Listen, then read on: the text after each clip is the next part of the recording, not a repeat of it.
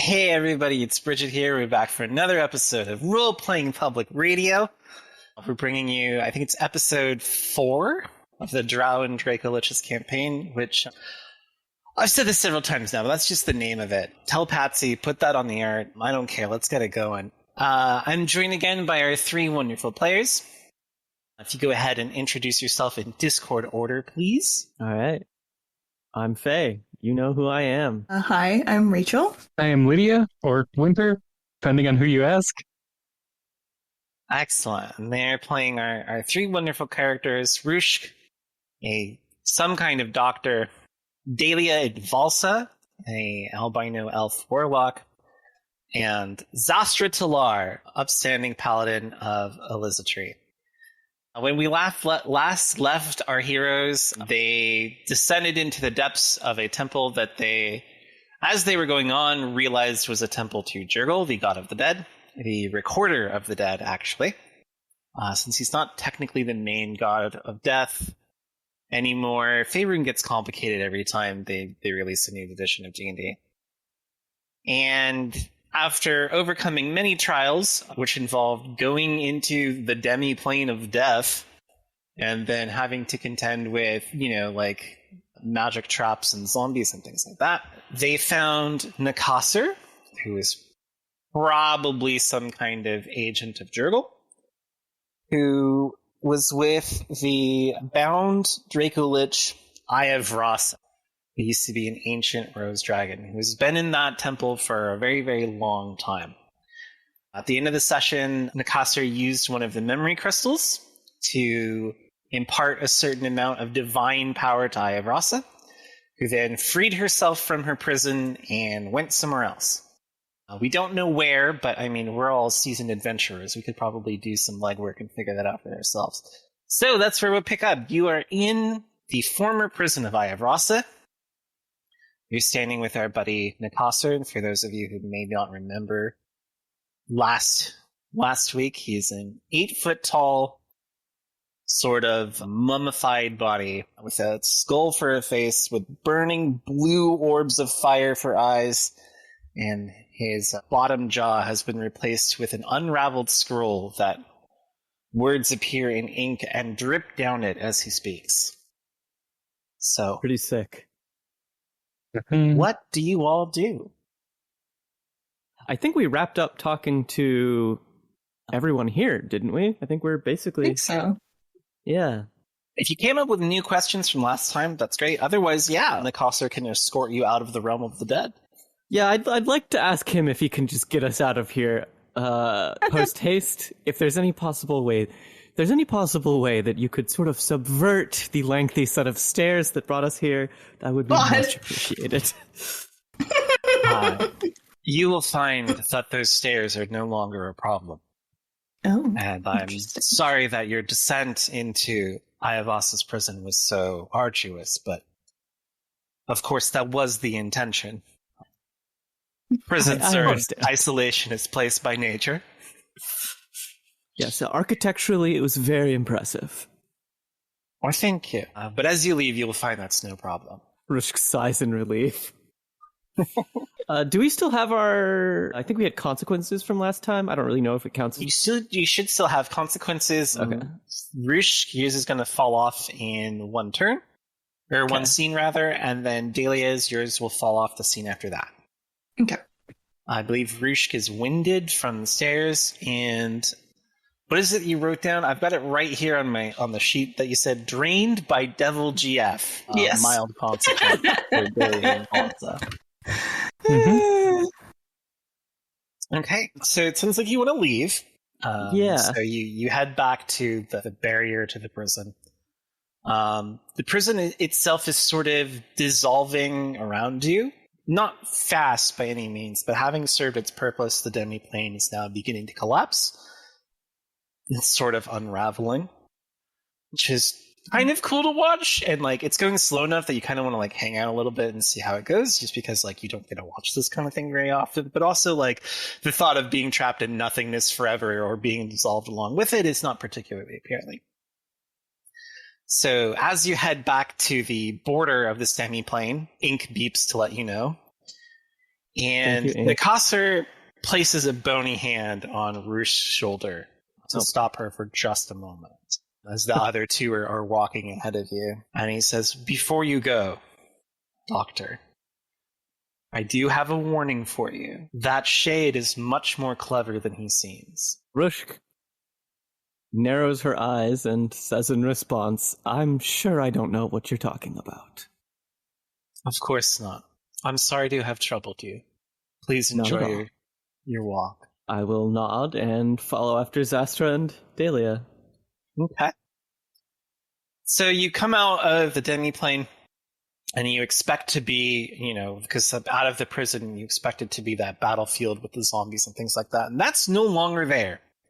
Instead, it opens up into a much more normal cavern that is not quite the same depth as, how you dove into the center of the earth, basically, down that interminable stairway. Mhm. It is much more normal. It's quite large and appears to be quite old. And it's very clearly been worked. It has been shaped to some degree. It hasn't been completely hewn out, into a smoothed room or anything like that. It's more like the giant structure of this cavern has been worked to be usable to things living in it. It's about the size of a couple of football fields altogether, large enough that you could fit a small town center into it. Like 4 or 5 large buildings, that kind of thing. And there are, in fact, 4 or 5 large buildings in this area. They are well crafted, using a combination of what looks like some kind of Underdark brick making technique, and also wood, right? Shaped wood, that kind of thing. They've got these nice little cute stone foundations, and then the rest of them are built up with various fibrous material. Interesting. Is it like a decrepit and shit? Is it super ancient or? No, it's fairly well maintained. It looks like the structures are themselves old, but have been kept up. There's a sort of little road that goes from the area you came to up to the area you assume that goes back to the bottom of the temple. And on either side of this quote-unquote road are a couple of structures arranged. Looks like 3 on one side, 2 on the other. And in the middle of this street is Donovan, the presumable cleric that you met on the stairs and who received medical treatment. He has his weapon unsheathed, and he is spinning about wildly as though he's beset on all sides. Because hiding in the alleyways and behind the doorways and behind windows and up on the terraces are small creatures. They are about half of your height. They look to be kind of like goblins. You recognize them instantly. They look like the little creatures that were watching you when you came in here, like when you got to the temple above ground. They don't seem immediately hostile, but there is a lot of them. Are they fucking kettling Donovan? Are they swarming him, or are they just kind of staying away from him? Well, that guy's kind of scary. Staying away from him, but also trying to present a show of force enough to keep him away from the structures. It looks like these are things they occupy, and since they're maintained, you assume that they are the ones that maintain them. Interesting. Donovan just sees goblins, for all Donovan cares. You can tell that he looks like he's beset by monsters in the wilderness. He told me his name, right? I know this fucking loser. That's why I'm using it, yeah. Yeah, I'll clear my throat and just say, Donovan. He spins around. He's like, "You! Help me! There's goblins in this cave!" Are they posing any threat? There's hundreds of them. Can't you see them? Yes, believe of course this is their we can home. see them. You have a real talent for getting into fights you oughtn't. I second that. They're goblins. They're murderous, dangerous little creatures. Can't you see them staring at me? They're looking to strike at any moment. Again, I believe you are in their home. Donovan, I want you to take a breath. I'm walking up to him. I want you to take a deep breath. You are likely still rattled by your experience below. Look at them a second time. Are they approaching you? Are they snarling or baring teeth? Are they cornering you? Okay.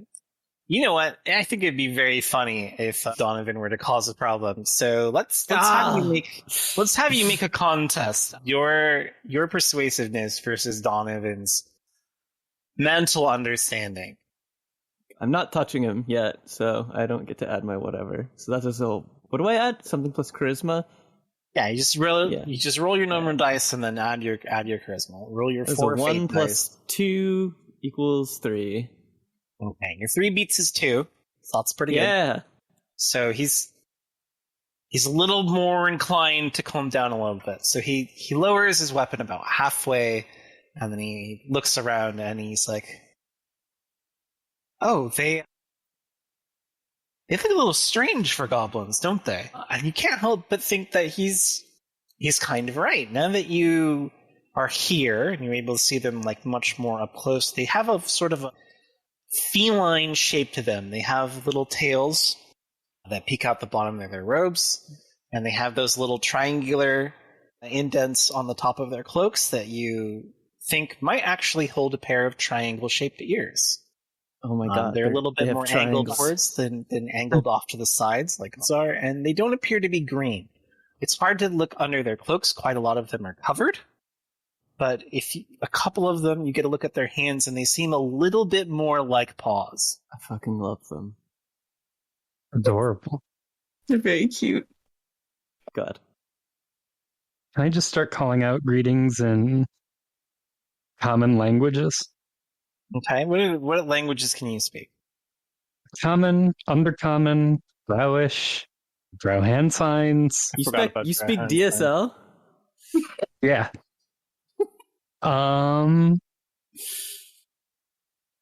Probably a little bit of a lot of languages. Okay. So you just heard Draconic a little bit ago. So you understand that. They make some noises back at you, and it sounds like a heavily accented mix of Yip Yak and Undercommon. Oh my Yip Yak, of goodness. course, being the language of kobolds. That is, Yes. that is fucking hilarious that that's what their language is called. Hearing them Kobolds. speak, Donovan sort of just like lowers his weapon because he doesn't know what they're saying, but like, you know, they're responding to you talking, so he's deferring to you, Xastra, as a very strong looking in command figure. And after the two sides sort of calm down a little bit more, two figures come out of one of the buildings and they begin approaching you along the street. There's one whose like hood and ornamentation is a bit sort of a very rich, very stunning green. I think a phthalo green, if you will. And the other one has more of a deep gray color. And they come up to you and they speak in sort of accented common so that you can all kind of understand them. They're very, very small. You know, they're like half your size. They pull back their hoods, and you can get a much better look at them. And you can see that, for all intents and purposes, they are upright Sphinx cats. Yeah. A fearless breed of cats who presumably are covering their bodies because they don't have protection against sunlight the way creatures with fur do. Just like one of our This makes sense. player friends. Scene. Exactly like one of your player friends. I guess two. Yeah. The one with the phthalo green cloak begins speaking and says, "I am the Meeks. I am the one that speaks. This is Mope. Mope is the one that knows." Hello, Look it's at lovely to meet you. Really cute.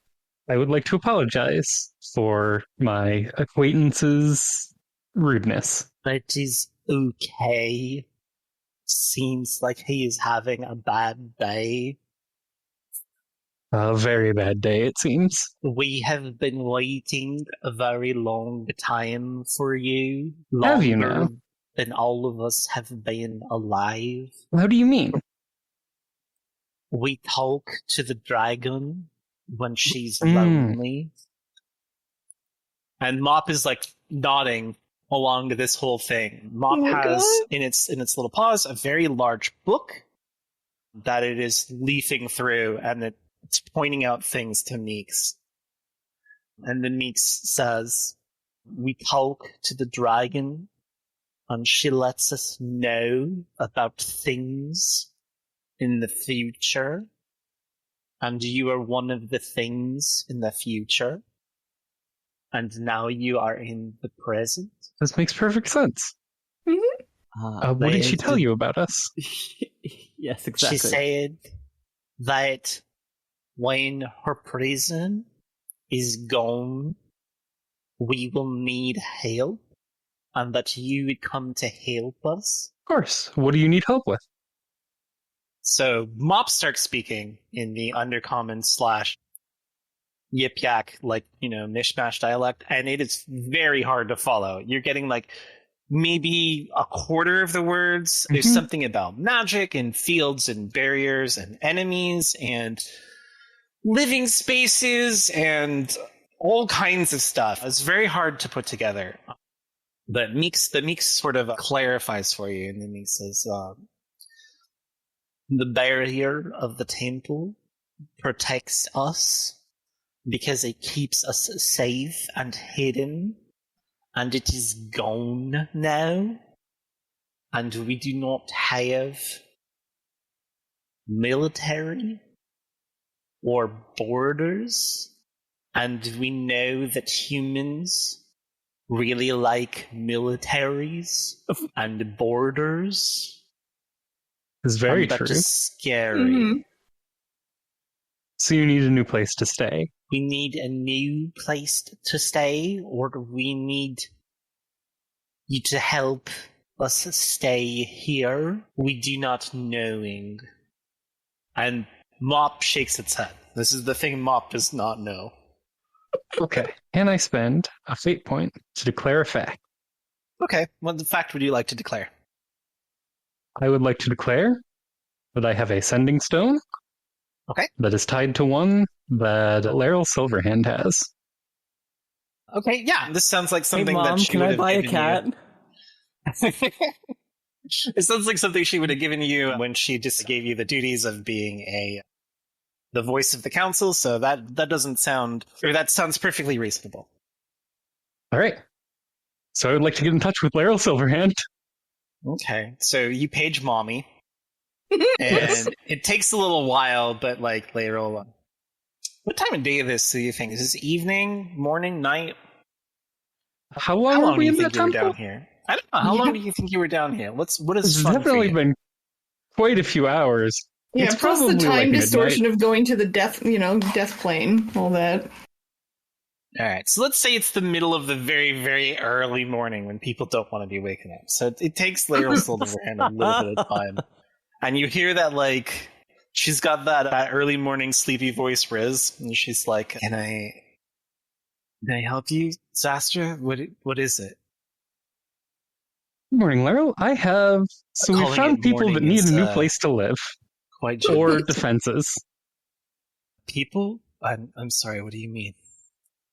So we were investigating the temple, like we were, meant to be doing. And as the mythal and other protections on the temple have faded, we have a large group of people who used to live in that protection and now do not. I am the Meeks. The Meeks adds helpfully. Yes, this is the Meeks. Protection.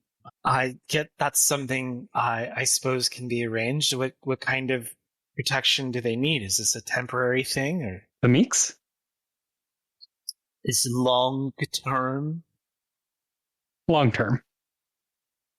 Long term. All right. I leave the details up to you. We can find space to host them in Waterdeep, or if you need me to send some of the watch, I can do that as well. Do not. Let me confirm Let me confer with them and my companions, and we will let you know in the morning. All right. Thank you, Xastra. Of course. Laeral regretting that she handed out that sending stone right about now. I will put away the sending stone. Do not let her send the watch here. I wasn't particularly planning on it, but the meats. Do you want to stay Yes. here, or would you like to come back to Waterdeep?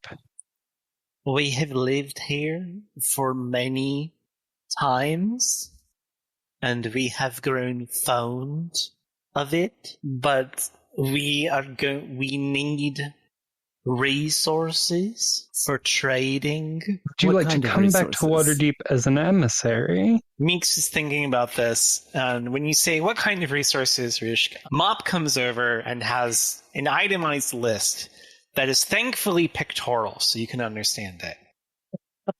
It's a lot of things. Glass, containers, things for shipping, like both by foot and by boat. And then you see long lists of various types of herbs. And on for like what they can offer, you see a massive list of tinctures, ointments, and oils, as well as various textiles. And getting a good look at these cloaks, you can tell that they are extremely well made and like very well put together.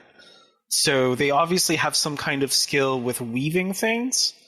And being as they are hairless cats, they know a lot about making skincare type of things, topical kind of things, oils, ointments, that kind of thing. That's so cute. Interesting. So, Daelia, do you mind if we have a quick aside? Of course. Now, I'm hesitant to bring them back to Waterdeep because I'm certain both of you are quite aware of the many troubles and problems that Waterdeep has, or rather presents, to the people already living there. It is not exactly a nice place if you aren't rich. That said, it seems like they are exceptionally skilled craftsmen. I believe that we could present some of their goods to... What was her fucking name? Jilan Velas. Isn't she like a merchant kind of... Jilan Velas owns half of the mercantile operations in Waterdeep. What I would like to suggest is that we present some of their goods to Jilan Velas, and in an attempt to get them some sort of trade hub in the city that they can use to then earn money that they can then purchase guards with. I don't know if this is the best solution, but it's what comes to mind. It would let them keep their home. It seems acceptable. Daelia? Really quick, out of character, do we know the amount of work that it would take to, like, reinstate the mythal to make that, like, go back up? I'm assuming it would be a lot. That particular mythal, the way that it was, is probably impossible. Okay. Because it was a very powerful construction by, like, probably had some kind of deity help. But you could construct a weaker mythal. Okay. It won't do anything to... Like, it can be... If someone was determined enough to attack them, like, you know, they could eventually overcome it. Yeah. But as, like, a deterrence thing, you could make a new one. All you would need is the services of a powerful enough wizard. Okay. I guess there is the option of, you know, trying to make a new mythal in this location. I feel like even if it wasn't as powerful, they do have both numbers and the potential of surprise. So we could potentially maybe do sort of both things in the sense of, like, be able to get the help of someone more powerful than us to reinstate a mythal by using the capital from the goods that these little friends have made. Rushk gives Daelia a big smile. Very clever. I believe then that our order of operations remains the same. She is called the Worm of Many Spells. I believe that she may be able to assist in creating the mythal. Am I correct in that assumption? I look between Xastra and Daelia. Xastra shrugs. I don't know who you're referring to. Dahlia's, you're an accomplished enough in magic. You have heard about the Worm of Many Spells. It's the name of Lady Gillian Voss's dragon form. Gotcha, She knows a ton of magic. Cool. Okay. So she's the type of person who would be able to help if you concern. Okay, yeah, so it is literally all together then. Cool. Wonderful. Would one of you like to explain the proceedings to the Meeks? All right. I'll go back to the Meeks. All right. So what we're going to try to do. Do you have trade goods prepared? Or something we could use as an example? I have perfumes, and I have lotions, and I have paint for your faces. We make it many times for the dragon lady. She like to be pretty. Okay. So we would like to go bring some of these to Waterdeep with us and effectively trade this for a place in Waterdeep you can use to trade on your own. And then also the services of a powerful mage to perhaps reestablish some of the defenses you used to have. This sounds like a good plan. But how will the Meeks know that you can take the goods to the city? Should not the Meeks come with you? Of course. If you would like to negotiate on your own behalf, I would be happy to bring you with us. The Meeks and Mop will come with you. We have a cart, but someone strong must pull it. Xastra nods. Yes, Knowing what we like. I think everyone looks at Xastra. Everyone's looking at Xastra. Me and my hardy +0. I am actually not particularly physically strong. I'm much more dexterous. Well, there's enough of you. We'll figure it out. Yeah. Oh yeah. I mean, I guess I am also decently dexterous as well. You know who is a strapping young lad? Donovan. This man. Donovan! That's We're right. right. Fuck yeah! Hell yeah. Donovan, we figured out how you can make it up to these people. Yep, there you go. Donovan, the expression he's making makes it seem like he is not very thrilled to play the part of a horse. Yeah, well. You know, it's the least he could do for us, saving him from a realm of eternal death. And Yeah, he does have a sense of honor, so he'll do it, but he'll probably complain about it the whole time. That's understandable. This is fine. I will happily help in this endeavor. The cart is a cart that you would, put on a horse and you'd use it to pull things somewhere. It's obviously not for riding in. That's not something that they do. They don't ride places to travel. So you assume that when they pull it, it's 4 or 5 of them. And it's how they cart things around their little shops. A bunch of them just kind of swarm out of various shops, and they all have little crates with various things in them, lots of little bottles, some very fine looking rolls of fabric, and other various things that they're part of. They also have a few local delicacies, food that is not spoilable, not perishable, dried fish and that kind of things.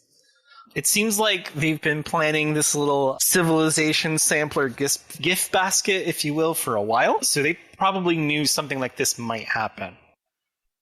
You don't know how much foresight Ayavrasa had, but this is something they apparently have been planning. So they load up the little cart. Donovan can pull it. It's, a little bit heavy, but it's not that bad. And then they load it up, and the Meeks and Mop. Mop, of course, has a little backpack. Oh my God. It's like an L frame, camping backpacks. And it is just loaded up with various books and ledgers and accounting things that you assume are important somehow to the concept of starting trade with Waterdeep. Okay. Shall we leave now or wait for the morning? That is up to you. We can see well at the night, but It is very bright during the day. She will look to Rushk and Daelia. I believe for the sake of all of our sunlight-averse friends, you and Daelia included, we should depart now. As much as I would love to rest, I do think it is important that we take into consideration the medical complications. Of course. Whenever it gets to actual morning, I would like to call Laryl Silverhand again. So you all get ready to leave. You got everything packed up. Donovan's, got his little reins and shoulder harness so he can pull the cart. Mop is actually riding on it. Meeks is walking alongside. And ink starts beeping. Oh, interesting. And Okay. Rushk, you have a very foreboding feeling before everything just stops. Oh, no. Nothing's moving. Nothing's happening. There's no thoughts. There's no time passage. Daelia, you are left completely alone in a frozen moment of time. Ink is still beeping.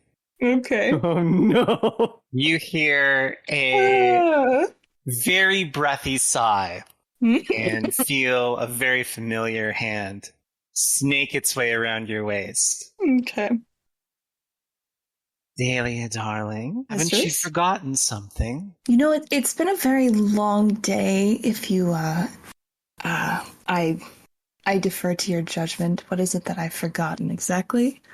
It's been quite a long 10-day, Daelia. You see, I know you know the terms of our little agreement.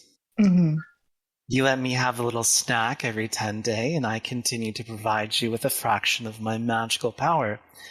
And here we are, 9 3/4 day since the last time I had a little meal. And you haven't called on me yet. We're actually on our way back to Waterdeep. So my plan originally was to take care of this in the comfort of my own home, as it were. It's better for both of us. But if you are feeling particularly piqued, we can take care of this now. I think I would like that very much. So she's happy to push you down in front of right in the middle of the street here, where nobody can technically perceive you, but you are a little bit in public. And she's not very gentle. This is something she's done a lot. It's a combination of it does kind of feel good and it does kind of feel bad. She's literally sucking the life out of you. She is in fact a succubus. But it's a great suck. It's a nice suck. So, as you already have a mild consequence, did I have you go ahead and please take the moderate consequence, squeezed dry? Oh boy. All right. Because you already gave her a little nibble as a cost for the last time you had her help, so. Mm-hmm. Love it. It's a good thing we have a cart. Make Donovan pull you. It's been a long day. She pulls out an embroidered silk handkerchief, wipes her face, blows you a little kiss, and then everything starts the way that it was before. Daelia tries very hard not to stumble or look even more tired than she already is. She's just gonna keep fucking walking. Like nothing has happened. I had a sense of foreboding, right? You had a sense of foreboding. It's suddenly gone. Daelia looks just a little off. Fine. There's nothing wrong. Okay, yeah, I would definitely not trust it just being gone and kind of look everybody over to be like, are we all still here? Is anybody dead? What the fuck was that? Everybody's still here. Everybody looks fine. Daelia has some sweat that wasn't there a couple of seconds ago. Clothing looks a little disheveled. It's been a long day. I'm sure it was just, the effort of getting out here. Yeah. I don't think it would be particularly interesting to be interrupted on your way back to Waterdeep. So it does take an amount of time. Is there anything important you want to convey during the conversation with Layrul, Xastra? Basically, I just want to let her know that we've figured out a potentially decent solution, and to let Lady Jalanval know that we will need a meeting with her when we get back in town. Okay. All right. If you don't have anything else you want to do, I think we can cut to that. I think you can cut to pulling your cart up to one of Jalan Velas's mercantile emporiums and bringing the Meeks and Mop in to see her. Seems reasonable to me. Okay. So they've got their hoods up, and they just kind of walk alongside you, so they're a little bit of a strange thing to see in Waterdeep, especially as you head into the mercantile quarter. But, you know, you are also like an albino elf and a drow, so it is wherever you go, people kind of look at you anyway, so it's fine. You roll up to one of John Voss's emporiums. It is a very stately building. It's quite old, at least 150 years old. So, like, it has been well maintained. It's very well decorated. The storefront is very inviting. And on the inside are, like, all kinds of trade goods and things, as well as, like, finished goods. You know, one of those, like, fancy shopping places where you come and get whatever. So you pull through the alleyway and up along the back so that you could head into the loading, unloading area. Your little cart fits quite snugly. Really quick, is Donovan gonna piece once we're like loaded up? Donovan's gonna wait because Donovan does want to talk to you afterwards. Okay, cool. He's been motioning that he kind of wants to, like, you know, get the rundown of what happened when you were in Ross's prison. Okay, cool. All right, yeah, I'll wait then. So Lady Jalanvalos is there. She's wearing the exact same outfit she always wears. That extremely fancy, extremely clean, very obviously I am a dragon in human form dress. Mm-hmm. And she has a couple of attendants, but she just sort of waves them away. And she's like, well, this had better be worth my time, Daelia. I am bringing you a very good mercantile opportunity. And so I would like to introduce you to the Meeks and Mop. So they both pull back their hoods and they do a very exaggerated bow. And you see Lady Jalanvalos' eyes light up. She does everything other than just squeal out loud at how adorably precious these two creatures look. That makes sense. But she's enough of, like, the consummate merchant that she doesn't, you know, just, like, immediately scoop them up into a hug, and instead, like, mostly contains her composure. And she's like, well, thank you for introducing me to the Meeks and Mop. They seem like worthwhile trading partners. Oh my god, look at their little... I suppose I might like to sample some of the trade goods if you could have your man. And she motions to Donovan, unload them.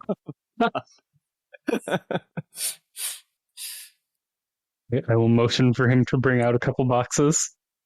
Donovan gives you this look that's like, fucking really?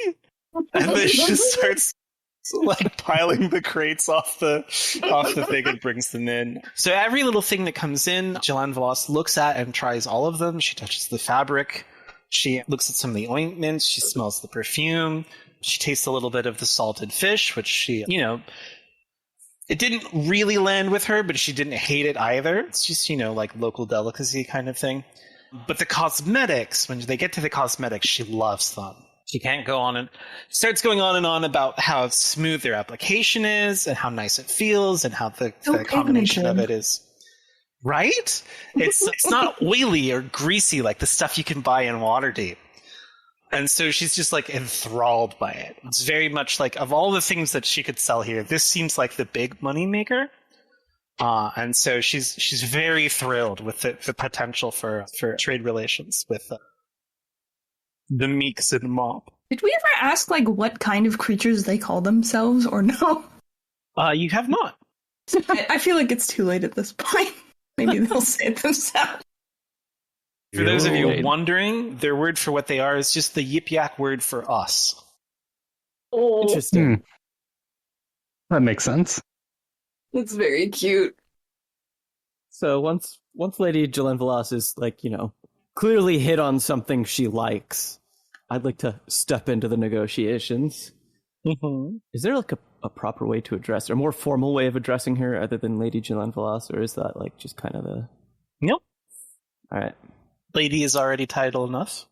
All right, cool. Lady Jalen Velas, it seems that you found something that you're rather fond of, so of course, I'm sure now you are ready to discuss price. Naturally. Wonderful. The particular price of this is twofold. One, I have reason to believe that you would be able to help reconstruct the mythal that kept them safe. Two, I'm sure for your own interests, you would like to maintain a trade agreement with them.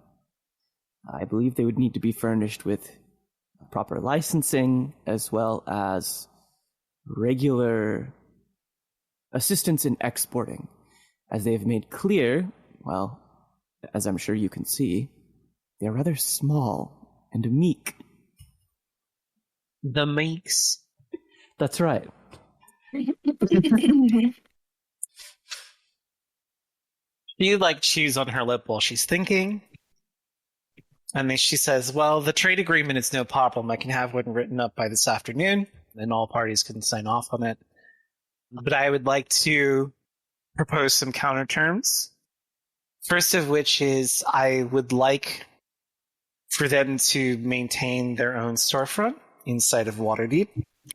As much as their cultural exports and trade goods are very appealing, I think part of the charm of it lays in the cellars. So I would businesswoman over here. I would like them to maintain a presence inside the city. I think that it would be very good for their business. Would it be possible, out of character, is it possible to have a mythal that you can come and go through? I was kind of under the assumption. Okay, yeah, cool. All right, please Mythals continue. generally protect against the use of certain magics, but they can also be used for various other purposes. They can do basically anything you want them to. You just need a skilled enough mage, the material ingredients, and the amount of time required to cast the spell. Okay. Because it's several magical fields overlaid on each other, basically. All right, cool. So she wants them to maintain their own store in Waterdeep. She can find a location, but they'd have to pay a certain amount of the sales fee to her for the use of the building. And then she would also like permission to visit their where they live, other than just She wants more to go than to the just cat to set cafe. up the missile. She wants to go. She wants to go see it. That makes sense. Wouldn't. Given that she's the one that wants them to remain in Waterdeep, and some of them to remain in Waterdeep and maintain a storefront, I want to use that as an angle where it's where I talk down the price that she wants them to pay her for staying. And the price that she wants is 15% of sales for use of the building. And so in exchange, she'd be building manager and would maintain the structure. It's pretty standard for her. That's why she owns so much property in Waterdeep, is she provides the trade agreements, sometimes shipping agreements, and then also she just owns a ton of property. So she is extremely wealthy to the point that money doesn't particularly matter to her anymore. This is more the principle of the thing. Okay. So she's probably not willing to budge on the price, but would it be possible to negotiate the contract such that after enough time has passed, the Meeks and Mop or their little group inherit ownership of the building? That's something you could work in, and then this is where Mop steps in and brings to you a binder of little bound files of various writings that is all of the terms and conditions that would be acceptable to them if they were to maintain a storefront, along with their unique needs and shipping desires. All right, yeah. I'll just give that to Jalen Velas. There you go. It has like lots of details about how much of the goods they can produce, at what scale, how much, like what size of trade caravan they would need and how regularly. And so, since it's Yip Yak, like Joanne Velas can understand it. So the two of them get into a very, not exactly heated exchange, but like very much like people who are used to running numbers and stuff, hashing it with each other. Cute. Okay, yeah. Love it. I'll go ahead and step back and let them wrap up. So John Velas can provide the storefront and can help you with the mythal protection. But when it comes to like guarding the place, if you want like physical guards, she can't provide that.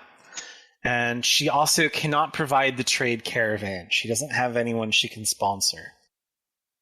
So you need to find someone who's willing to sponsor merchants to like basically ferry stuff back and forth. Supplies and food that their little society wants, and then the things that they want to trade with Waterdeep in exchange.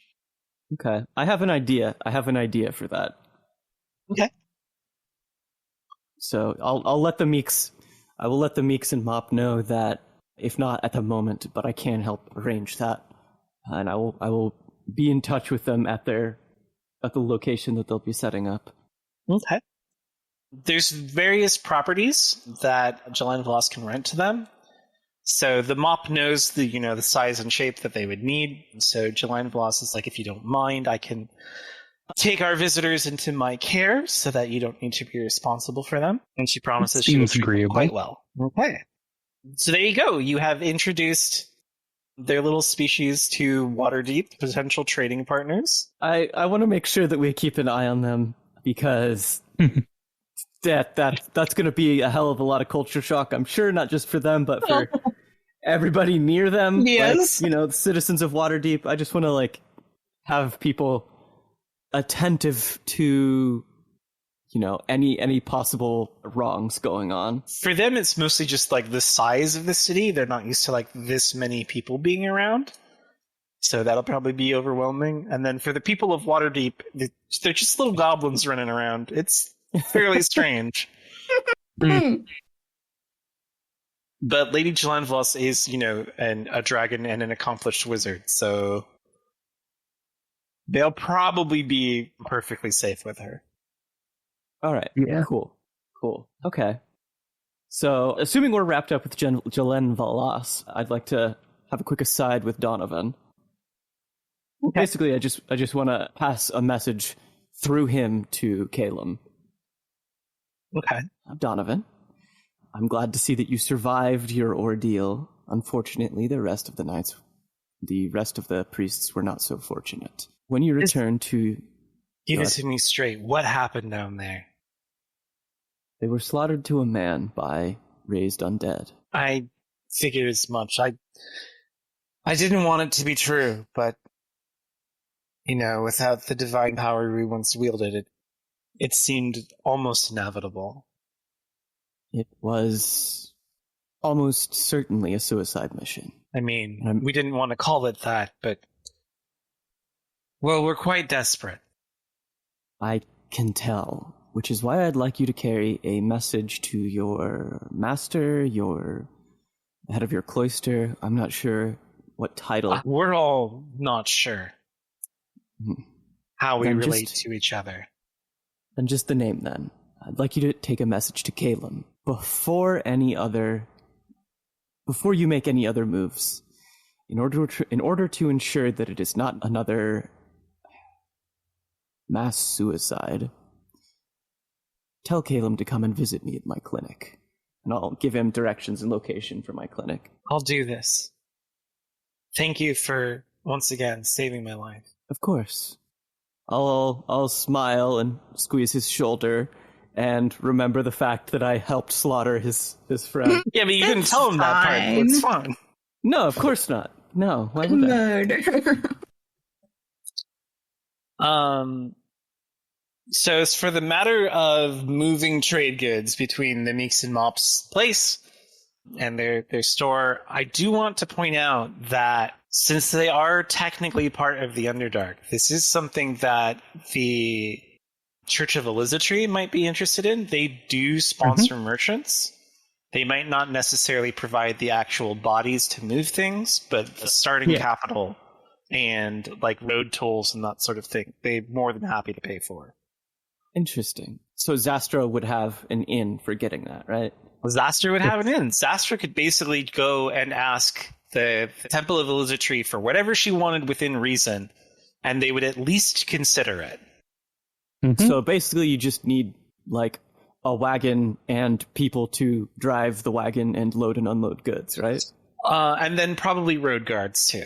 Yeah. Okay. Mm-hmm. Okay. Xastra, I'd like to talk to you about the matters of the caravan, but first, Daelia, would the two of you mind joining me at my clinic? I know that we are, again, quite tired, but there are matters I want to discuss with the two of you in private. Very well. Of course. Okay.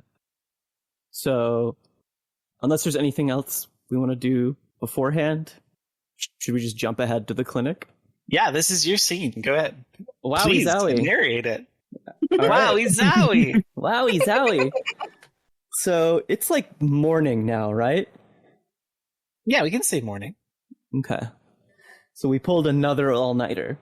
All right, so... Well, I think it was By a the time- 2-day journey, so we probably slept during the day. You've slept at Okay. least once, yeah. Yeah. All right. So now that, the city's starting to wake up, when we get to the clinic, Lammy's already started unlocking and opening up shop. I'll give, a cursory, like, hi, Lammy, I have some guests. I'll be conversing with them in the kitchen, but we'll be out of your hair very shortly. I'll take them through the back just so we don't, get in the way of Lammy sweeping up and everything. And we go through the garden, which has some very beautiful red poppies. We go right into the kitchen, and I will start. I'll make some tea for both of you. Xastra, Daelia, what kind of tea do you prefer? I grow many of my own, but I also have some from the market if you prefer more. Do you happen to have any rosehip tea, perhaps? I do indeed. Xastra? Discord? Okay. Sorry, my mic didn't pick up what I said for some reason. I don't actually have any particular tea preference. Whatever you want to give me. Perhaps then something to help you sleep? We did have quite the journey after all. Sure. She'll nod and start, going about the whole process. Brews up Dahlia's rosehip tea first and sets it over by her and gives Daelia a squeeze on the shoulder. As she's Rushk is very physical. Mm-hmm. If she walks by you, just anybody, if she walks by someone that she's acquainted with or knows well, she'll, touch their shoulder or their arm or their back. She's a very physical person. And she doesn't bottle that up around either of you. So she'll set Dahlia's tea down, go back to making Xastra's, and say, so, the three of us have been appointed to the council, right? Right? Yes. All right. Mm-hmm. Now, I know that we are somewhat acquainted. We are at least tangentially aware of each other, but it seems like we're going to have a more involved working relationship as time goes on. And that being the case, I wanted to make my position on things quite clear, as well as ask a very large favor of both of you. And just pouring Xastra's tea, steeping it, and I want to drug Xastra's tea really quick. So I want to just slip in something that will promote a very deep sleep. It's not fast acting, but, once the conversation has gone on for a while, I'd like it to start taking effect. What should I roll for that? Well, if Xastra just wants it to happen because it's interesting to the story, you don't have to roll anything. Xastra does not want to be drugged. It would be an opposed test between whatever you think is for potion making and probably Xastra's constitution. Okay. Well, Xastra? I think it would be more interesting if this is ineffective. Oh. So Okay. I would like to oppose this. All right. What would it... I don't know what potion making would be. Dexterity or intelligence? Yeah. Okay. All right. I rolled a +3 for a total of 4.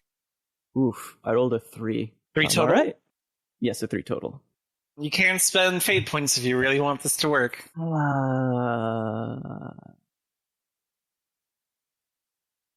I promise I won't do anything bad to you. I'm going to spend a fate point. Okay, what aspect are on you invoking? Carrot and stick. Okay. Are you able to spend Will I fate trust points in you, Faye? response? Will you trust I me? will spend a fate point on Drow Paladin of Eilistraee. Drow are particularly resistant to poisons. Oh, that's All right. true. All right, fair. So it doesn't work, but, you won't really notice. It's Mm-hmm. just something to help you sleep. So Rushk comes over and, hands you your tea, gives you the squeeze on your shoulder, and takes a seat across from the both of you at the table and says, I don't know how involved the two of you are with the field ward, but even just in the walk to my clinic, I'm sure you can tell it is quite dire compared to the rest of the city. The amenities here are underfunded to non-existent. There is no working wastewater treatment plan. There is no way to address the building up of trash. The watch extends their reach over much and terrorizes the citizens daily. Everyone here is underpaid and overworked, and I would like to use my new position on the council to alleviate that. And 2 voices are more effective than 1, and 3 are more effective than 2. If I began lobbying for improvements for the field ward, would the 2 of you... No. What can I do to make certain the 2 of you take my side? I have no reason not to. You say so, but the field ward has remained as it is for quite some time, and I want to imperviate you to any outside influence. She looks confused. People will try and talk you out of helping me. The primary tenet of my order, aside from saving Drow from their circumstances, is to help those in need. I see. So then I could trust you to remain steadfast even if you were put in conflict with, say, Laeral Silverhand, or Amalia, or Lady Julian Valas, or any other member of the council. Yes. I'll hold you to that. Daelia? I mean, I'm an outsider to the city, as someone who, already looks like a person that would be unfriendly to those who live around here. I do feel great sympathy for those who live in the field ward, and I have no reason not to support what you're doing. Thank you. Rushk gives you a very genuine smile. And on the matter of being a stranger here, I have a spare room in my clinic if you need a place to stay. Oh, I'm completely I have lodgings. It's no problem, but I really do appreciate it. Of course. I try to do what I can. Xastra, as I mentioned before, yes. I wanted to discuss the terms of I'm not sure what to call them, honestly. The Meeks' caravan. Mm-hmm. I have someone in mind that I'd like to suggest as the caravaneer. It is the father and older sister of my little assistant, Lammy. They are... father is a former farmer, is no longer able to work the fields, and so at the moment they are ferrying goods around Waterdeep, but it is what's the word? The work is inconsistent, and this sounds like it would be a step up in both consistency and pay. So when you go to the Temple of Eilistraee to ask for whatever you're going to ask, I'd like to have you put them forward as the ones responsible for driving the caravan. I can do this. Thank you, Xastra. How are you feeling? Of course. I'm fine. She looks a little confused. Rushk is quiet for a moment. Well, I myself am quite tired. Thank you both very much for hearing me out. I believe I'm going to take a quick respite before I open the clinic for the day. Feel free to finish your tea. I'm going to go and talk to my little assistant. Leave whenever you are ready. Rushk will stand and give a curt bow and then walk into the front of the clinic. Xastra will nod as she leaves and then finish her tea and leave herself. Yep, and Daelia will also be on her way out. So Can I call back as Daelia is about to leave? Okay. Daelia, apologies, it slipped my mind, but would you mind coming here for a moment? Of course. What can I do for you? Do you wear gloves? Out of character, do you wear gloves? Does Yeah, Daelia pretty wear much. I mean, gloves? pretty much all of her body is covered in black or a hat or sunglasses when she is out during the daytime. So, Rushk is going to attempt to grab your wrist. Okay. She's very fluid and casual in such a way that it moves right past most people's, defenses of their personal space bubble. But, his player interactions. Do you fight it? Do you move against it? I think just with enough, she just has enough stuff drilled into her head that she would immediately just react and try to pull away. So, yes. Rushk will hold her hands up. Apologies, old habits. May I see your hand? Same on my end. May I ask what for? I'd like to take your pulse. I noticed earlier that you seemed unusually affected by our journey. Oh, it should be fine. I haven't been without sleep for this long in a minute, so it just seems to be affecting me more intensely. I understand, but ignoring the body is never wise. If you'd at least humor me so that I could put my own mind at ease. All right. So she'll take off her glove. Okay. Rushk will very delicately hold your hand and put her thumb against your wrist. And, hold it there for the proper count. And does Daelia have any, scars on her wrists or anything? I don't think so. Okay. How is Dahlia's pulse, by the by, given that she has squeezed dry? Probably be... I guess it goes either really high or really low. I don't know what would happen with that. So it's abnormal. It's definitely off. Yeah, it's clearly strange. So Rushk will let go of your wrist and then reach up to your forehead, but not touch you. Wait for that pause that asks for permission. Does Daelia have a fever, babe? I don't know which one it would be, but it very much seems like, you've seen this kind of thing before since you were a doctor of very strange things. She looks like some creature that is capable of draining life essence has in fact drained her. Okay. Rushk will brush past you, hand on your shoulder as she does, and she's sorting through drawers and cabinets and gets out some scale. It gets out a scale? Is that what it's called? The fucking weigh things? Yeah. Gets out a scale, some weights, and you see her fussing with some things and putting together a little vial of powder. And she corks it, brings it back, and says, take just a dash of this in anything you drink in the mornings. With your pulse and your temperature are in a worrying place, and I would hate to see something happen to you. She'll fold the vial into your hand, and then just go back up front. Your concern is appreciated, but I will be sure. I will do as the doctor orders, but I should be just fine. She'll give you another very genuine smile. Yeah, she'll be on her way. Hi. So you head back out to the front, Rushk, and of course Lammy is waiting for you.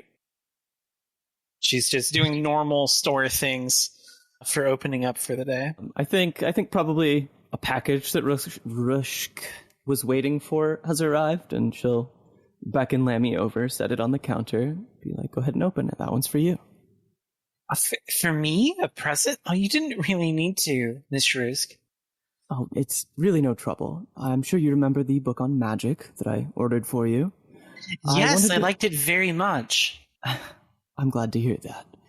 This book goes in the opposite direction. It is practical chemistry, biology, that can achieve many of the same effects the spells in the book that I presented to you before. She's like unwrapping it, and she's like looking at the cover and pouring through some of the pages, and she's like, well, it sounds really interesting. But if you gave me a book on magic, why did you give me a book that's not magic? Because I think it's important to have something to rely on if your first option doesn't pan out. I'm doing a really good job in my studying for the Blackstaff Tower. I think I can really do it, Miss Rushk. I believe in you. I have no doubt that you will. I have no doubt that you're going to succeed and that you are going to find a place in the tower. But there are times when magic isn't always the best answer. And I wanted to provide you with the means to achieve your goals if you aren't able, in the absence of magic, let's say.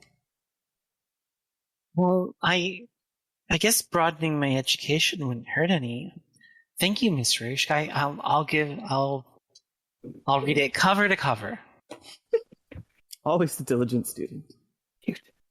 She is smiling at you and beaming at you, and you feel that disgusting oily blackness slither around in the back of your skull and whisper into your ear, look at her blouse. Sleeveless, low collar, exposed arteries. You could glide a knife in so easily. It'd be painless. A relief, even. You know she'd thank you. You've seen what it's like to be a tiefling in Waterdeep. Rushk keeps smiling, but her eye twitches. Go on. You need to pick up the scalpel. It'd be Lenny, over. would you moments. mind watching the front for me? Just for a moment? Of course, Miss Rushk. Thank you. Rushk goes into the back and into her room, which she locks. You're no fun at all. You know that? And you're an uninvited pest. Am I really? If you didn't want me here, then why haven't you made me gone? You know what I think? I think you like killing. I think you need me. I think you want me. I mean, you've enjoyed enough of my gifts, haven't you? Finding them useful and enjoying them are entirely separate things. Sure. Well, I'll play your little game for now. I'll be a quiet, good little boy. All right. I don't have anything else for Rushk if we want to hop to Daelia or Xastra. Daelia or Xastra, what is a scene you would like to have? Where do you want to go with your characters? That's something. If Delia doesn't, Okay, go All for right, it. since I am already right here, I would like to go to the temple. The Promenade of the Dark Maiden? Probably the Dancing Grove. Okay. A lot of her duties when she's in town would be there. Okay. So I assume you're going to go report to your more or less superior? Yes. Okay. And So also you attend speak- to my duties at the temple. Well, of course, as one does. Mm-hmm. So you do your temple duties, which I suppose is a combination of guarding things and then also like moving stuff around, being generally Guarding helpful. things, cleaning, cooking. Right. And, after, several hours of doing this, you eventually have some free time. So you go speak to Sasune Fairlight, priestess of the Lizardtree, who is more or less in charge of, the structure of the Lizardtree temple is like vaguely pretty loose. Mm-hmm. So she's more or less the person in charge. And she's like, Xastra, it's good to see you. I've been gone for quite a while now. I hope that you've been safe and your endeavors have gone well. I am, and they have. Excellent. Please, I was just about to have a mid-evening meal. Tell me about it. I would love to join you. So you sit down with her, and she's got some snacks and like some finger foods and stuff. It's like it's not exactly dinner, but it's what she had available at the time. It's girl dinner. Yeah. It's girl dinner! So, as you know, I was appointed to the Council of Waterdeep, and so have been doing things in that. Yeah, we appreciate greatly your efforts as liaison and voice of the church in this matter. Yeah, but as I told you before we left, we went to investigate the temple outside of town, where the mythal has fallen. As it turns out, it was a temple to Jurgle. Really? And far beneath the bottom of that temple, in what seems to have been a demiplane of death, I found a chained Dracolich. And Stitches get stitches. what I suspect is, or was, an aspect of Jurgle. I'm sorry, did you say the Dracolich is an aspect of Jurgle? No, there was another creature that I suspect okay. is an aspect of Jurgle. Okay. She seems very taken aback. She's like, you met Jurgle himself and a Dracolich. This is quite super. Did you engage? Were you engaged in combat? Are you all right? I am perfectly well. We actually had quite a pleasant conversation, which seemed odd to me, but Well, things have been strange. suppose I have heard of stranger things then. Ever since the second Sundering, things have been, for lack of a better word, very far from normal. It has been a very trying several years. What was your conversation about? The Dracolich intends to become a god of death for the dragons. That sounds horrible. Does it? A dragon god of undeath or death, or however you call it? How is that anything other than... You know what selfish and horrible creatures dragons are? I know plenty of dragons. And to my knowledge, nothing happens to them after death. And they may be snatched by Tiamat or possibly Bahamut, but largely then is they that have no not afterlife. simply the fate of dragonkind? I don't understand. Surely raising a Dracolich of all dragons to Pantheon status would be horrible for Faerun. Maybe dragons would benefit, but the rest of us, I don't know that would be a good thing. She nods. Regardless, This is very disconcerting news you've brought to me, Xastra. I do hope you fill the council in on it. of course, we have not yet made our report, but there's been a lot going on. Additionally, we did Yes. find another interesting thing. Within the mythal of the temple, there are a group of small cat-like creatures that are very proficient at making a number of things and no longer have the temple's protection. So they are attempting to set up trade with Waterdeep. It sounds very interesting. They were using the mythal as some kind of shield? Effectively, and they no longer have protection of it. And also, well, they have been taken in by Lady Jalanvalos. She cannot provide caravans. Now, in the past, we have sponsored similar things, so I was hoping, well, Since it is you who's the one coming to me with this request, I will speak to the quartermaster, and I'm sure that we can find funds to set aside the sponsoring of a caravan. I already have a caravaneer in mind, too. Well, I've excellent. already forgotten his name out of character. It's the Fairweather family from the Field Ward. Yes, the Fairweather family. I know them.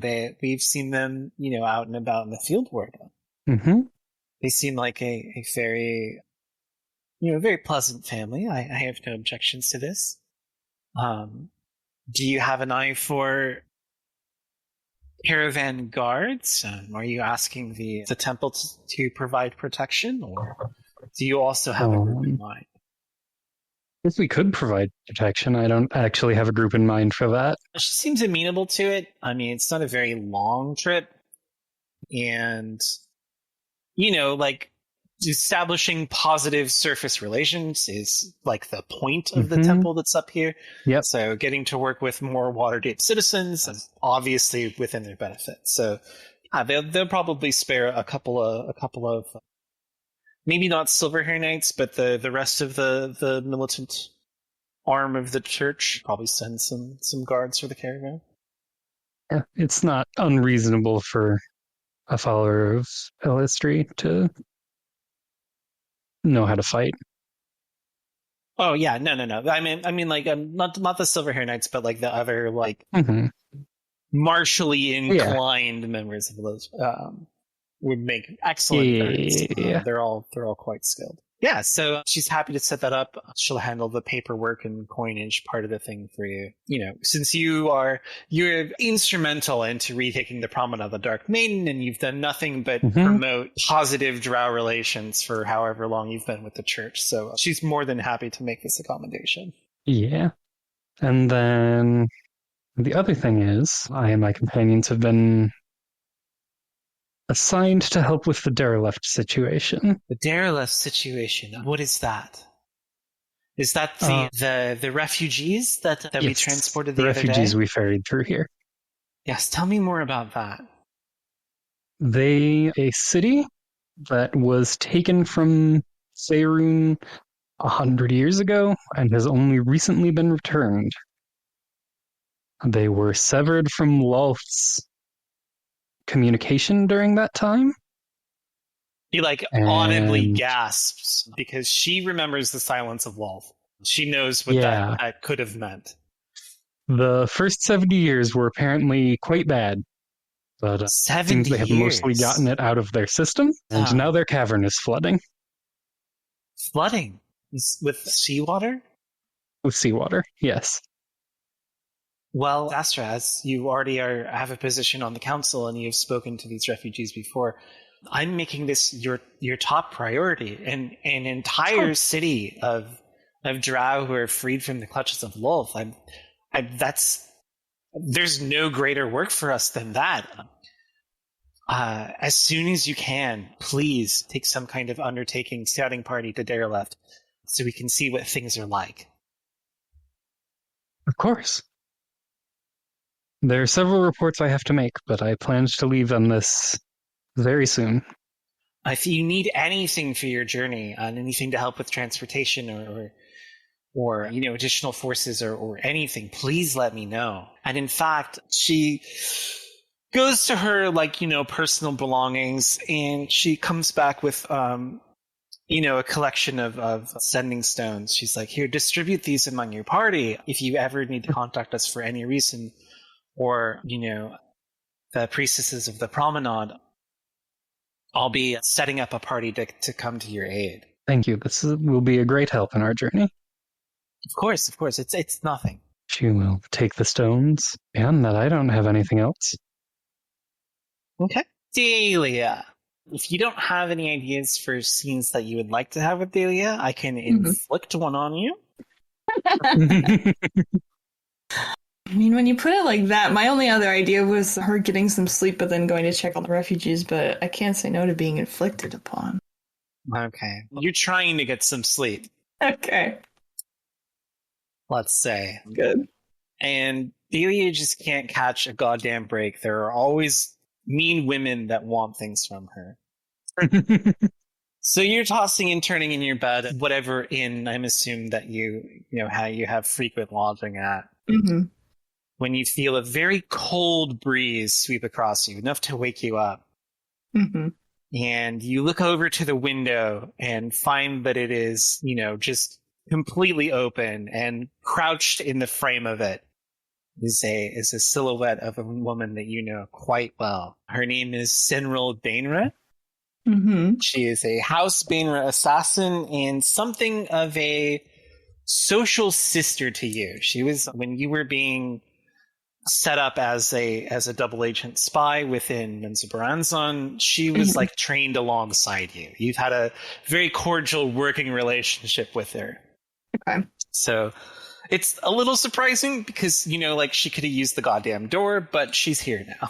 Hello, Daelia. What a lovely, lovely face to see at this time of night, day, whatever time it is. Thank you. I'm more or less pleased to see your face as well. She climbs in out of the window, and you can tell that she is doing an extremely good job of concealing it, but she is favoring one of her sides. Okay. And as you get a better look at her, you're pretty sure this is the girl that Rushk pitched off the boat when you were attacked. Whoops. To what do I owe the displeasure of your company? Please, flattery will get you nowhere. I've heard from our leader, our mission leader, that you have done well in placing our listeners among the Council of Waterdeep.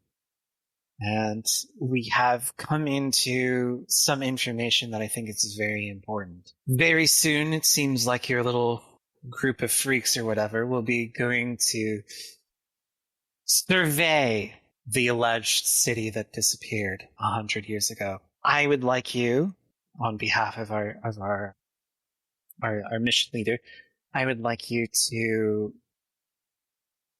be our eyes and ears. Unfortunately, recent circumstances have made it difficult for me to travel along in your shadow.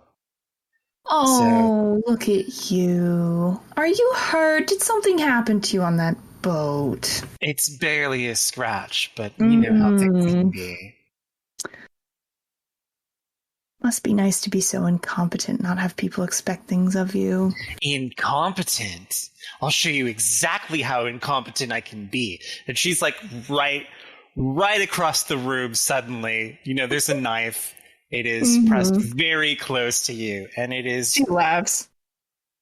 A little bit horny. It's a little bit horny. Oh, you're so cute when you're injured. So nippy at my heels. She gets a little pouty, and her cheeks turn a little bit red, because this is more or less how she flirts with you. Oh. Listen, if you weren't such an accomplished magic user, you know, I wouldn't have even brought this to you. So you just happen to be useful to me. Yeah, you know, again, must be so nice to be useless. Not have people expect things, so... Well, I would say... Grating her teeth together. I put my hand on her cheek and just say, I'll do my best to, you know, keep my eyes and ears open for the goodness of those that we serve to make up for your incompetence. Melts a little bit, and she's like, yes, well, of course, great, excellent. And she stumbles over herself a little bit, attempting to leave out the way she came in, and then realizes that she hadn't actually given you the thing she was supposed to give you. So she just gives you another one of the little spiders, and she's like, just keep this on you during your descent to their left, and then if you find a good place in the city to let it loose, of course, please do so.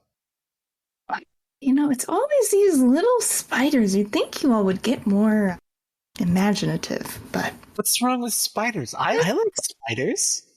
There's nothing wrong with spiders. It's just the design. It lacks a little, you know, intricacy, but it's fine.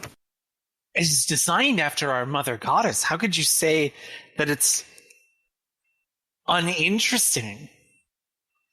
You don't think that they could do better than this? Not the spider, the design. It's so easy to break on accident, you know? It is magically empowered. It's sturdy materials. It's perfectly fine. Okay. I've made you upset. I'm not upset. Pouting. Well, is there anything that I can do for you, as you have so gracefully interrupted my beauty sleep? Well, I mean, you must be getting quite a lot of sleep then. Oh, I was looking that at you. Realizes what she's implied, and she's chewing on her tongue a little bit, and then she's like, no, there's nothing further. I will be going now. Don't fall out the window. She glares at you. She jumps out of it. All right. Could I say that I have some kind of bag of holding that just, or a little pocket dimension sort of thing that I can throw the spider in, so it's not. Yeah, so it's not spying on me while I'm sleeping. Cool. All right, so she will put that into a little container, put it in her bag, and put a chair in front of the window and try to go back to sleep. Yeah, so you end up sleeping quite well. Ink, of course, is asleep on top of you because you're quite warm. Cute. And so they keep coming to you with tasks. So the first step in anything is to gather information. So the fact that they've had you put 2 listening/looking devices in places means that they're probably getting ready to attack you again. You know that Sinril herself is very competent, and since she didn't do the job the first time, whatever is coming at you next is going to be very scary. We love to see it. Yeah. So however much amount of time you want to have passed, there are various tasks that you all can do. You could go show the icon you got to Val and ask Val questions if you have them. You do need to make a report to the Special Council of Waterdeep, and then also it sounds like everybody wants to go see Nyara. It looks like everybody's itching to talk to Nyara. Here comes a special boy. Special boy. If I was going to collect Xastra for errands, where would I find her? It's a temple that's like literally right next to your clinic. Yeah. All right. Sick. Neighbors. Probably all right, doing yeah. various tasks. She's probably just like sweeping or like, like scrubbing stuff with a mop. Oh my God. What's temple etiquette? Is there like a proper observance of anything that I need to do to like go into the inner area that Xastra would be at, or? No, Temple of Eilistraee is pretty like a welcoming sort of place, especially during the daytime. And since your clinic is right there, and that you've worked with them so much, like most of the staff like waves to you or says hi to you because they recognize who you are. The doctor next door kind of lady. All right, cool. All right, so yeah, I'll walk through waving at everybody and call out when I see Xastra. She will lean on the broom and wave. I hope I'm not interrupting anything. I was on my way to meet with the foreign dignitaries that sought aid here, and situation being what it is, I thought you might be interested in coming along. Yes, very interested. Wonderful. Of course, we do still need to present the talisman to Val, but that is a little bit later on my list. We have so much to do. She will go gather her things and let them know I'm leaving. Would you perchance know where Daelia sleeps? I would like to bring her along as well. I think there's an inn nearby. I'm not sure. Okay. Richie probably would have hang out. God, I do not have the best working knowledge of fucking Baldur's Gate. Probably someplace that's like it's very much in the middle of not too nice, but also not an absolute shithole, considering like she at least is, I would hope, fairly well compensated for what she's doing. Probably one of the inns near the Temple of Saloon then. Okay. Oh yeah, that would make sense. Yeah, there's one literally right across from the Temple of Saloon. So it'd be a nicer one, but like an affordable one. Yeah. Cool. Yeah, that works. You're not then. shelling out a ton of money to be there. No. Sick. So on the way to the temple, I want to have a little talk with Xastra. So, how are you faring after our... I don't know if I would call it a confrontation, but our meeting with Ayavrasa. Fairly well. I'm glad to hear that. My superiors don't seem too keen on the idea of a dragon god of death. Rushk nods. You immediately sense that she is disappointed in you.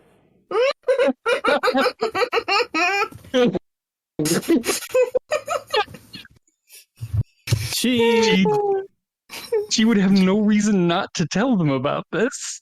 Oh yeah, I know. Rushk says, I do believe I said to refrain from spreading that information around.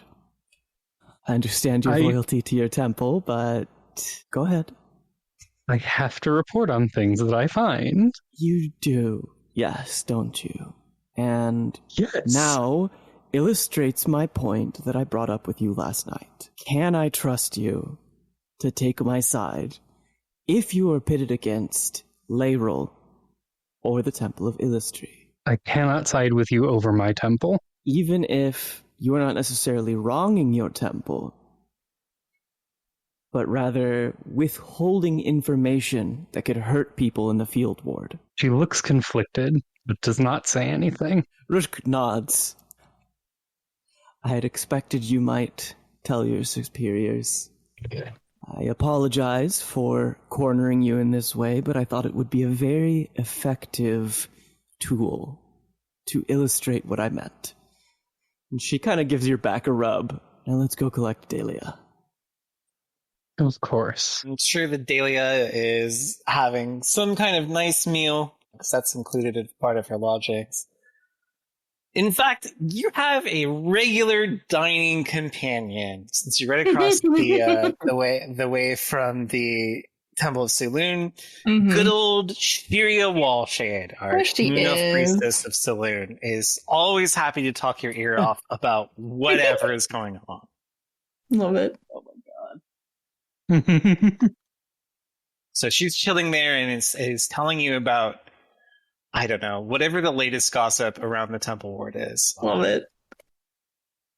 And she's very excited about it. And she's like, oh, yeah. And one of the Jalanvalos Emporiums started selling this new makeup. And it's wonderful. It's not like greasy or oily, like stuff that you can normally get into. So pigmented. Just see the pigmentation when you swatch it on your arm. Sorry. She's just smiling and nodding and eating and shoving food in her mouth, trying to... Lots of meat today. Lots and lots of things with iron and food. I love when my meal has iron and food in it. So yeah, so all of you are going to go see Nyara and his little group? Mm-hmm. Yes. Does Shiria recognize me this time? Shiria has no idea who you are. Okay. She very pleasantly introduces herself. She's like, "Oh, I haven't seen you around. I'm Shiria Wallshade. I'm a priestess of Saloon. So these are my friends Xastra and Daelia." I'll look between Xastra and Daelia. Xastra just nods. Rushk was silently searching for a reprieve from the social faux pas of correcting someone that they've already met, but not being given help, she will say, it is a pleasure to meet you. I believe we've met 3 or 4 times now. Yeah, at this point, Daelia is just very confused because she's like... Have we? I'm so sorry. Normally I'm so much better with names and faces. I'll put forth more effort this time to remember you. It's really no trouble. Honestly, at this point, it's a bit of a joke. Not at your expense, of course. Well, I hope not at yours either. I'm more sturdy than that. So you collect your elf and you head out. And she's like very, very apologetic. She's like, "Oh, Daelia, I'll have more fun things to talk about the next time I see you." And Always a pleasure. then she wants to know if you're going to take that bacon with you, or if it's okay if she deals with it for you. Go for it. All yours. And so you head off to go see Nyara. We remember that we found them a very nice and expensive lodgings at the Silver Spoon, an inn in the North Ward, because we had a Jalanvalos credit card, which meant that you could set them with whatever you wanted. Baby. Yep. So I know a couple of you have eaten, but that was a couple hours ago because you still have to collect each other and get all your stuff and go down. So when you head up to the set of rooms that Nyara's party is involved in, when you push open the door to meet them, you see that Nyara is very excited to see all of you because he has had something prepared for you. He's wearing a cute little pink apron that is covered in flour and a couple of other substances. Oh my god. And he's like, "Oh, I'm surprised to see you, but I have something for you. I've been looking forward to this. You see, they've been letting me use the kitchen, and I've been making, some of my favorite, Dereleft dishes, and I was really hoping that I could share them with you. And he starts listing things that he's been making that you've never heard of before, and it all sounds disgusting. It's like soil strings and spider's legs and mashed fungus and things like that. And so his bodyguards are like, that sounds fantastic. Bringing a bunch of dishes out and setting them down, and the food doesn't look as bad as the names sound. Like, there's some kind of what looks like an underground variety of potato that's been cut into little curlicues and fried. The crab cakes is actually or the spider legs is probably some kind of like underground fish dish. It doesn't look that bad, but it's just an eclectic group of things, and he's very proud of like showing it to you. I guess cooking is a hobby for our princess. Hoot. Mm-hmm. Xastra looks very excited. Please sit down and enjoy. I hope you like them. I've been trying to think of things about Dereleft that I can share with Waterdeep, when things are not so dire as they are now. Thank you, Princess Nyara. I brought something as well. I hope you don't mind. Rushk has what the fuck is it called? It's like a crate that she's tied some rope around so that it's like handles. She sets it on a counter. I've brought some assorted medicines and daily goods that I thought that you might need, given you came here with just what you had on your backs. If there's anything else that you need, please don't hesitate to ask. You know where to find me. That's very thoughtful of you, Miss Rushk. Thank you. Of course. And I hope you won't be too terribly offended, but I'm not a very big eater. I will gladly try what you've prepared. It is very sweet, but I have a small appetite. He looks a little bit disappointed, but if you try some, it'll make him really happy. Yeah, Rushk will definitely sit down. Before she eats, though, she takes the last couple times you've seen her eating, she takes something like a couple pills out of a pill case she carries around, takes those first, and then starts eating.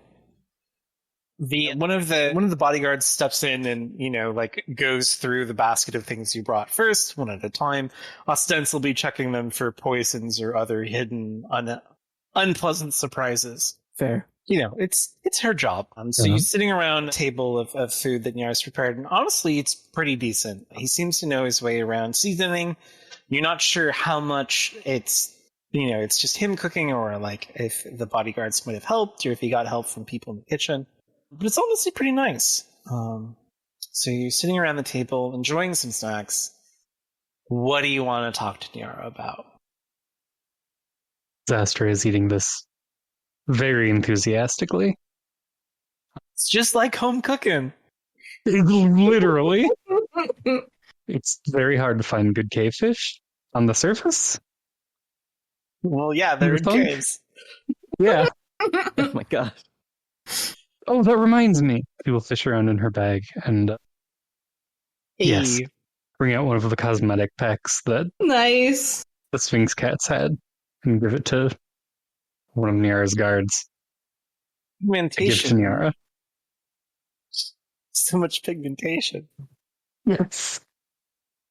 Oh, we got these the guards don't look super thrilled about it. It's whatever, but Nyara's I love this kind of stuff. We got this from some creatures we helped at the temple we went to go visit.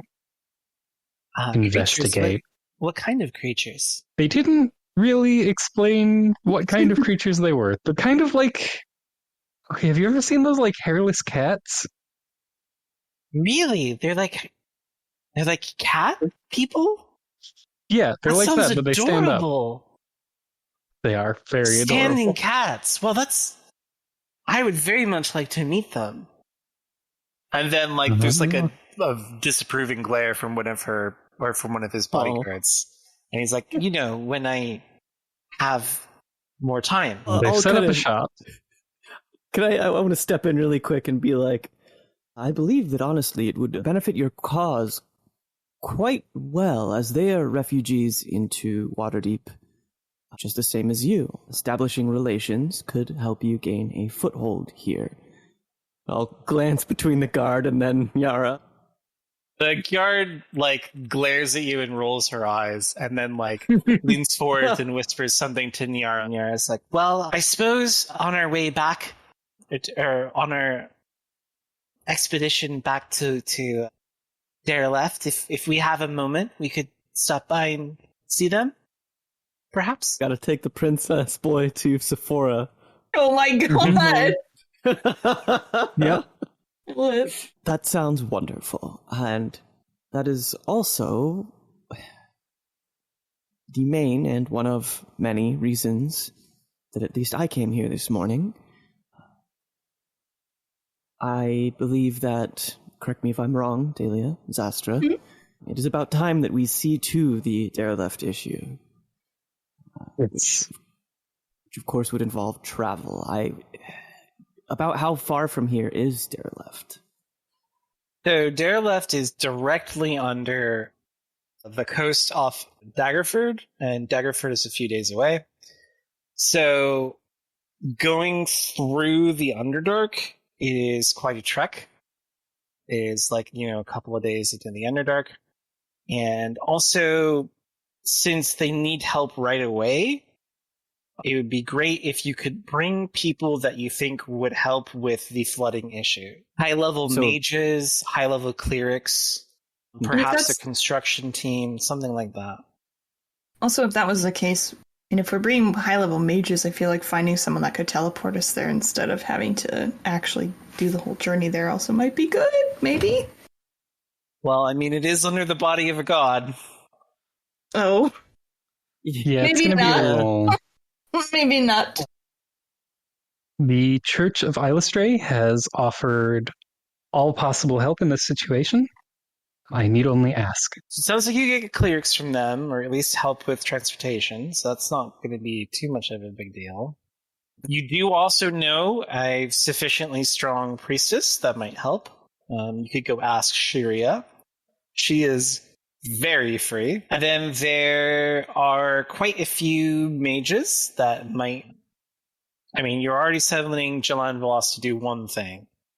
But you do know you are on the Special Council of Waterdeep. You could ask Layrol to send someone with you. Might not be a bad idea, since I feel like this is going to be a pretty large undertaking. It's involved, yes. My primary concern with asking for Layrol's help is that Layrol is... the council is... any help they offer would come with a price. That is a price that we are prepared to pay. If this was something that we could solve on our own, we never would have come to Waterdeep in the first place. We simply lack the amount of people required to deal with this, and arcane magic has never been a very strong point for Drow society, and now having been cut off from Lolth, divine magic is also something in short supply these days. That brings me to my next point, actually, if you don't mind tabling the journey there for a moment.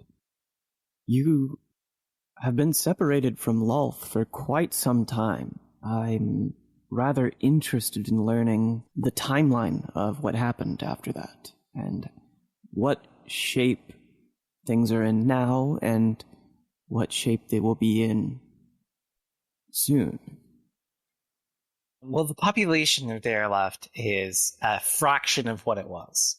Yara is relaying this through history that is basically told to him after the fact, but he did grow up during some of it, where factionalism sprang up very immediately between all of the houses in Dereleft, and basically, as known resources were consumed and they needed to get more of them, there was huge fights over stockpiles and things that were left, as well as constant attempts to entreat Lolth.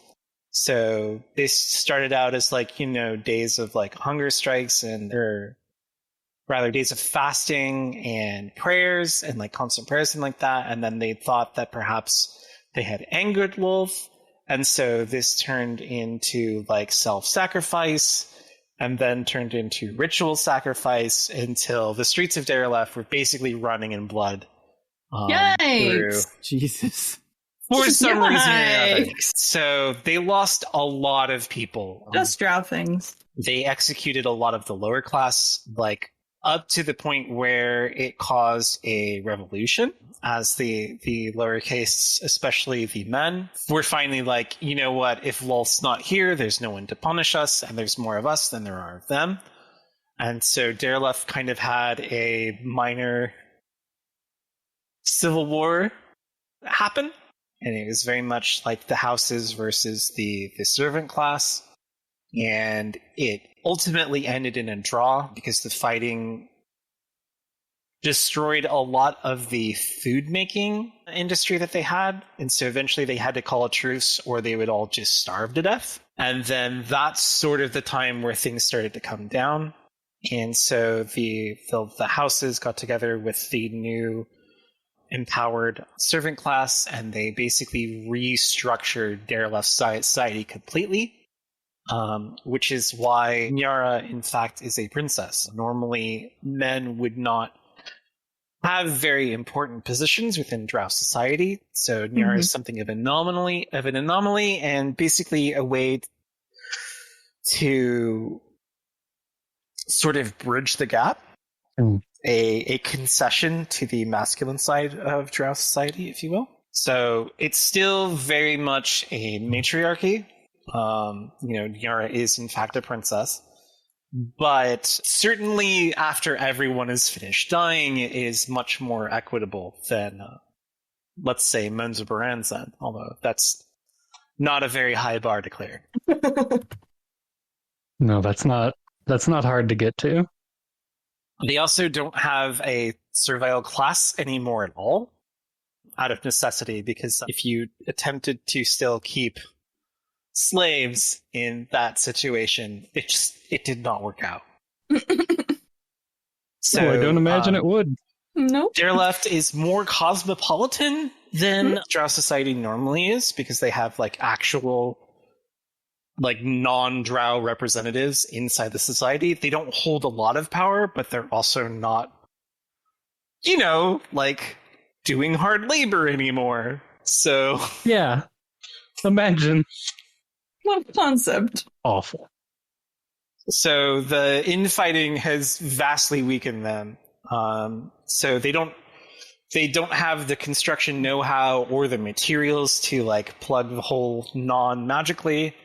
And because of the problem it is, like you would basically need magic anyway, because like you can move things on a much larger scale.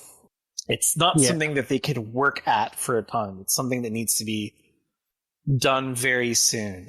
The amount, like, as soon as they came back to Toril, to Faerun, some of their magic was restored because, the weave is finally there again. So what few arcane casters they have are basically, like, non-stop trying to stop floodwater from coming into Derelef. It is just a bunch of exhausted mages who are working in shifts, just trying to keep the city from flooding. The whole lower level has flooded. They had to move the farming operations up a level, and it looks like they're going to have to do that again soon. So the city is very close to starving again. We need to resolve this quite quickly. Yes, things are rather dire.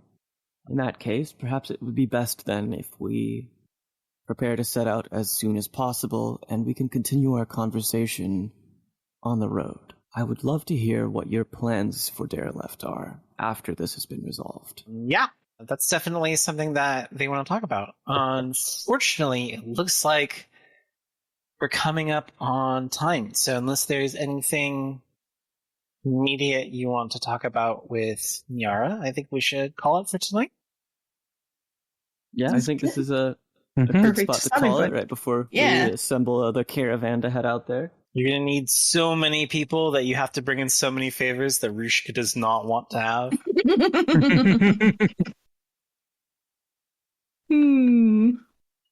Okay, I think this I think is opposed to teleportation also, so I'm glad we didn't end up doing that.